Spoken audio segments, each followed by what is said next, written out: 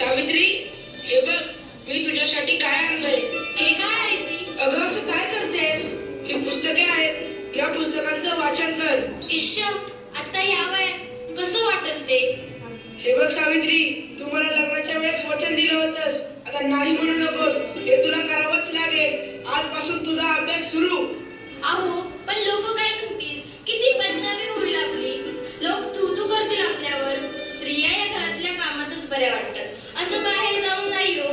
बरं असू द्या, ही पुस्तके राहू द्या बाजूला, मला लय काम आहे ती. अरे बाळा, गप माझ्या सोन्या, तुला काय हवंय? काय रडतोयस? अगं बाई, ह्याचं अंग लय दाबले, हे पण घरी नाही. आता मी काय करू? सावित्री, अगं ये सावित्री, किती रडतोय तुझं बाळ? काय झालंय त्याला? होय ग पारू, रात्रीपासून लय रडायला लागले ग. काय ठाऊक काय झालंय? अंग बी लय तापलंय. अगं सावित्री, अगं याचं अंग तर इस्तवानी तापलंय. होय ग पारू, आता मी काय करू? अगं सावित्री, ही तर भूतबाधा आहे, भूतबाधा. काय? भूतबाधा? माझ्या लेकराला भूताने झपटलंय? नाही नाही, असं होऊच शकत नाही. होय सावित्री, असं झालंय. याच्या पापण्या बघ कशा लाल झाल्यात. मग आता मी काय करू? हे पण तरी नाही. अगं तुझं पोरगं लय तापलंय. आता रडत बसू नकोस, वेळ वाया घालू नकोस. आपल्या गावाबाहेर मांत्रिक बाबा आले, लय जालीम उपाय करतात ते. त्यांच्याकडे घेऊन जा त्याला. वाटलं तर मी येते तुझ्या संग. होय होय, चल लवकर, माझं लेकरू लय तापलंय. बाबा, ते बघा एक बाई आपल्या बाळाला घेऊन येत आहे आपल्याकडे.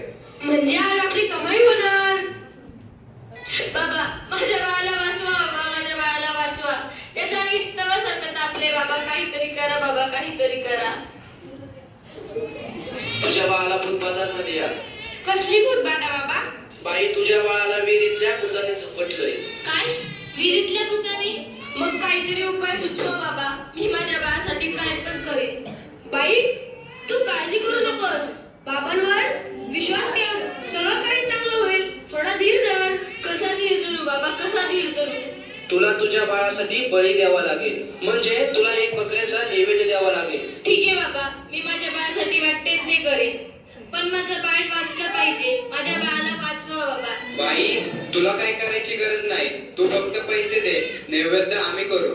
ठीक आहे बाबा, मी वाटेल तेवढं पैसे देईन, पण माझं बाळ वाचलं पाहिजे. हे घे अंगारा, दिवसातनं 2 वेळेस लावत जा बाळाला.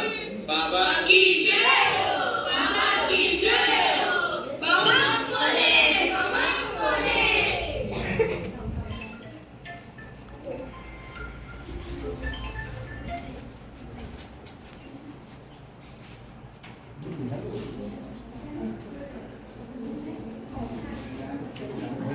काय झालं? काल बाबाकडे जाऊन पण काय बी फरक पडला नाही. अगं किती रडतोय तो.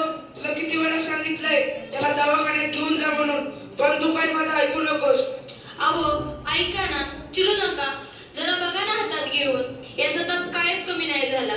जरा बघा ना याला काय झालंय ते. त्यावेळी तुला किती वेळा सांगितलं की घरात प्रसूती करू नकोस म्हणून. अशा वेळी एका आईचं आणि बाळाचं दवाखान्यात असणं किती महत्वाचं असतं, माहित आहे का तुला? अहो, पण पुरुषाच्या हातून प्रसूती करताना लाज वाटते. कसं वाटतं ते? त्यावेळेस दवाखान्यात कुठल्या महिला डॉक्टर पण नव्हत्या. मी कशी करणार होते प्रसूती? अगं याचं अंतर तव्यासारखं तापलंय. अशी कशी गाफील असतेस तू? अहो, मग काहीतरी करा ना. दादा, लवकर जाऊन वैद्यांना बोलव. हे काय करतेस तू? मी याला देवाचा अंगारा लावतीये. बस कर सावित्री, हा सर्व अंधविश्वास असतो. अहो, जरा विश्वास ठेवा. हे बघा, याचा ताप कमी होतोय. कपाळ पण अगदी थंड पडलंय. या बघा ना जरा. उठ ना बाळा, उठ, डोळे उघड. हे बघ, तुझी मम्मी तुला बोलवतीये. उठ ना पिल्लू, आई तुला आवाज देते. उठ ना बाळा. काय झालं? अहो, याला काय झालं? हा उठत का नाहीये आणि डोळे पण उघडत नाहीये. ए बाळा, उठ ना. काय झालं? अहो, काय झालं याला? हा असाच तो गप्प काय? ए उठ ना बाळा, काय झालं तुला? अहो, बघा ना जरा. आणि नाही राहणार मॅडमनी. मी शिकेन, मी नक्की शिकेन. कारण उद्या एखाद्या कुण्या आईला उपचाराच्या कमतरतेमुळे आपल्या बाळाला मुकावं लागणार नाही. मी शिकेन, मी नक्की शिकेन. शाबास सावित्री, शाबास. मला तुझ्याकडून हीच अपेक्षा होती.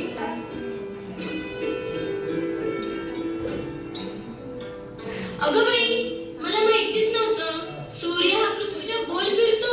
अगं सूर्य पृथ्वीच्या गोल फिरत नाही, पृथ्वी सूर्याभोवती फिरते. समजलं? चल गावंढळ. तुम्ही मला सारखं सारखं गावंढळ म्हणत जाऊ नका हो. लाट शरम सगळी विकून खाल्ली आहे या सावित्रीने. कलियुग आहे रे बाबा, कलियुग. उद्या डोक्यावर मिऱ्या वाटेल तेव्हा कळेल या सुभद्रावांना. असं कोणी आपल्या बायकोला शिकवतं का? सगळं जग नष्ट होईल. उगत राहत तुम्ही. काय झालं? या समाजाला घाबरलीस की काय? हे तर तुला आयुष्यभर सहन करावं लागणार आहे. नाही, मला आता कोणी काही म्हणू दे, मी आता मागे हटणार नाही. मी शिकेन, मी नक्की शिकेन. मग चल माझ्या बरोबर. पोस्टमन, सुमित्राचं घर हेच आहे का? तुमची दिल्लीहून तार आलीये.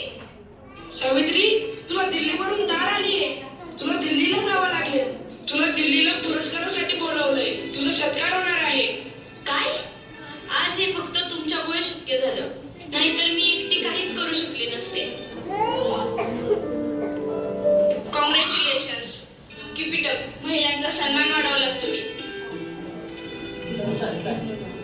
आज माझ्या हातात ही डॉक्टरकीची पदवी नसून उद्याच्या त्या सोनेरी क्षणाची चावी आहे, ज्याच्यावर आजपर्यंत फक्त अंधविश्वास व नकारात्मकतेचे कुलूप लागले होते. माझ्या देशात अशा अनेक महिला आहेत ज्यांची स्वप्न चुलीच्या धुरात हरवून गेली आहेत. मला असं वाटतं ही स्वप्नांची पतंग खुल्या आकाशात उडावी आणि प्रत्येक घरात सुमंत्र वासावे, कारण हे या पतंगाच्या दोऱ्याला कधीच कापू देऊ नये.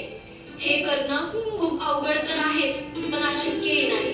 सावित्री, चुकलं माझं, मला माफ कर. मी तुला